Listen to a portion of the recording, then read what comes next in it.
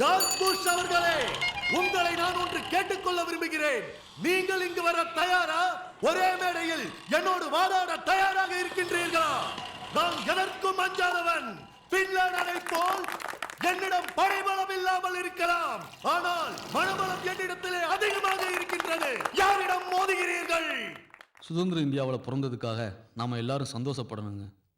ஏன்னா இந்த நாட்டோட தெருக்கோடியில் கூட்டம் போட்டு இங்கிருந்தபடி ஜார்ஜ் புஷுக்கு தைரியமாக சவால் விடலாம். சித்திரை மாதத்து உச்சி வெயிலில் பீச்சில் உட்காந்து சந்தோஷமாக காதல் பண்ணலாம்.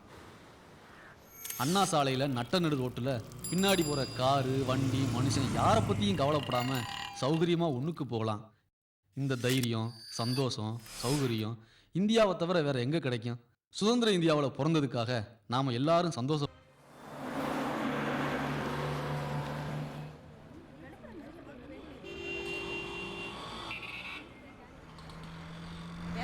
பல்லாவரம் பஸ் இங்க வரேன்ல.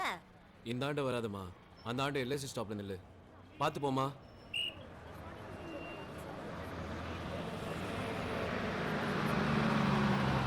இறங்க, மேல ஏறு, ஏறுப்பா ஏறு.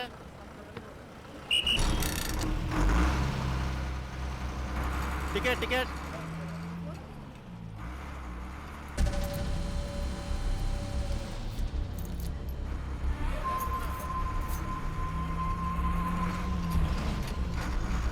டிக்கெட் வேணுமா? டிக்கெட் வேணுமாப்பா? டிக்கெட் வேணுமா?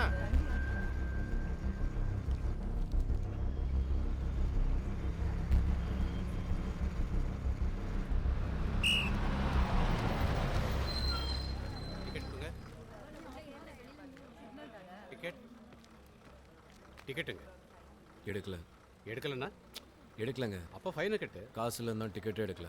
இதில் வேற ஃபைனை கட்ட சொல்கிறேன். ஏய், என்ன விளையாடுறியா? காசு இல்லாதவங்ககிட்ட நீ விளையாடுறியா நான் விளையாடுறேன்? ஏய், வண்டியில் ஏறுறா. பஸ்ஸில் டிக்கெட் எடுக்காமல் போனியா? செக்கர்கிட்ட தகராறு பண்ணியா?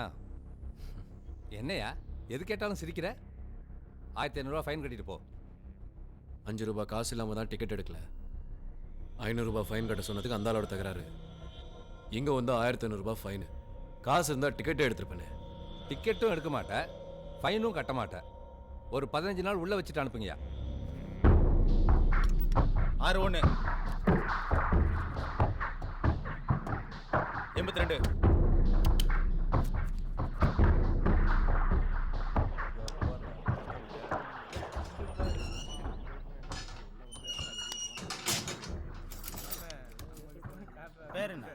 திருப்பதி சாமி. என்ன கேஸ்? பஸ்ஸில் டிக்கெட் எடுக்கல. என்ன வித்தவுட்டா?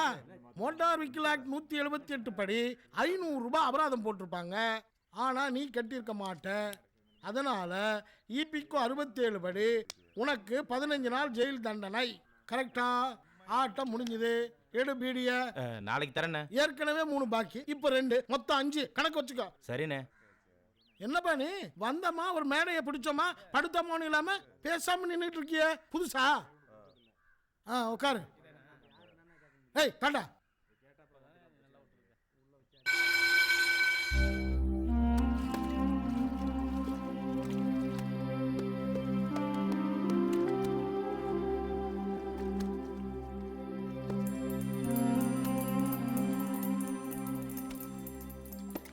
இன்னைக்கு கட்சிக்காரங்க வரேன்னு சொல்லியிருந்தாங்க.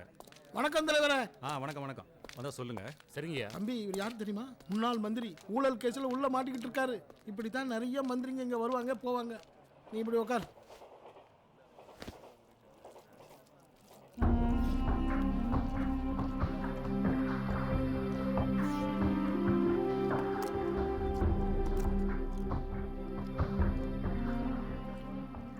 என்ன தம்பி சாப்பாட்டையும் முறைச்சு பார்த்துட்டு இருக்க? அது அப்படி இப்படின்னு தான் இருக்கும் தம்பி.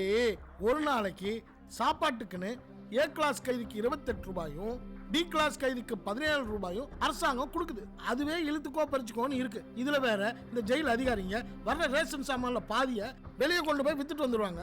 அப்புறம் எப்படி சாப்பாடு நல்லா இருக்கும்? மோசமாக தான் இருக்கும். எப்படி இவ்வளோ புள்ளி விவரமா சொல்றீங்க? இன்னைக்கா நேத்தா 30 வருஷமா வந்து போயிட்டு இருக்கிறேன். இது கூட தெரியலன்னா எப்படி? அப்ப பெரிய ரவுடின்னு சொல்லுங்க. ஐயோ, நான் பெரிய ரவுடிலாம் இல்லப்பா. திருடுவேன், அவ்வளவுதான். அப்படி என்னதான் திருடுவீங்க? மக்கள் அப்பப்போ யூஸ் பண்ணுற ஐட்டங்களா பார்த்து திருடுவேன். இந்த பாக்கெட் ரேடியா வந்த புதுசில் பாக்கெட் ரேடியாவா திருடுனேன். ஹெல்மெட் போடணும்னு சட்டம் வந்தப்போ ஹெல்மெட்டா திருடுனேன். இப்போ செல்போன்.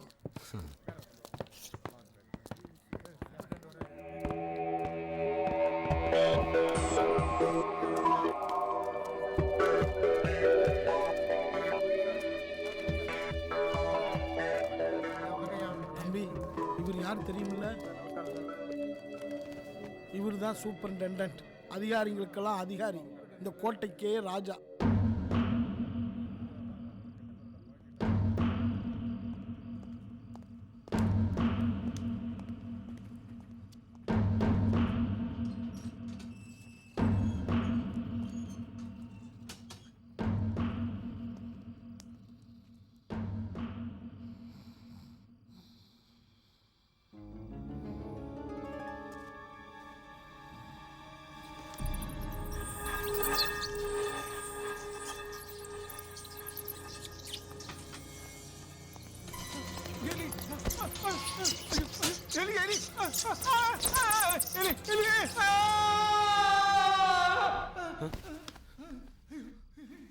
என்னண்ணே, யார் கத்துறது? அதுவா, முன்னாள் மந்திரி செல்லுக்குள்ள பெருச்சாலியை விட்டுருப்பாங்க, அதான் அந்த ஆள் இந்த கத்து கத்துறான்.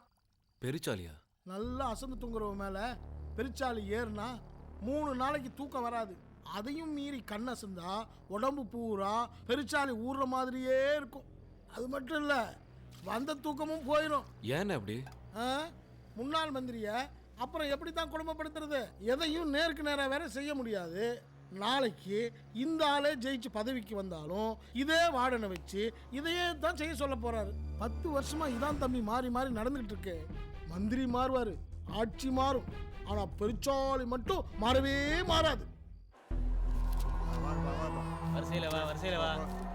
சீக்கிரம் வாமா, வா வா.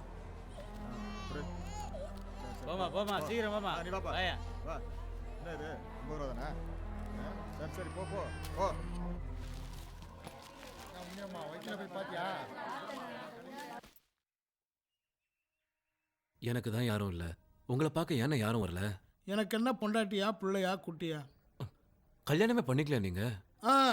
சிம்ரனு எனக்காக காத்து கிடந்து உயரம் பத்தாது அவ வேண்டான்னு நான் விட்டுட்ட மாதிரில பேசுறேன். நீ அப்ப ஏன் தான் கல்யாணம் பண்ணிக்கல? ஒரு பயம்தான். வெளியே நான் 15 நாள் சாப்பிட்றேன், உள்ள 15 நாள் சாப்பிட்றேன், அவன் எங்க சாப்பிடுவா?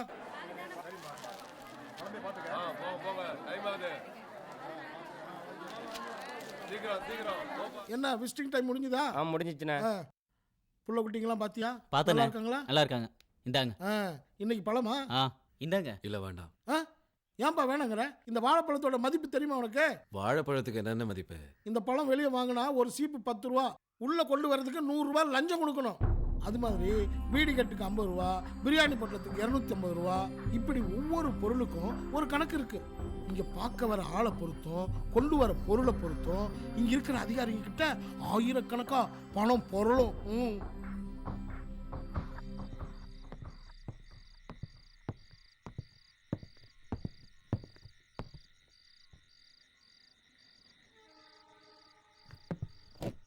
அமீர்,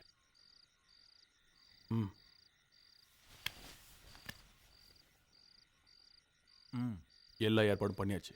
காலையில் சேகரை தீத்துற. நாளைக்கு சேகருக்கு டியூட்டி எங்க? கார்பன்டரி செக்ஷன்ல.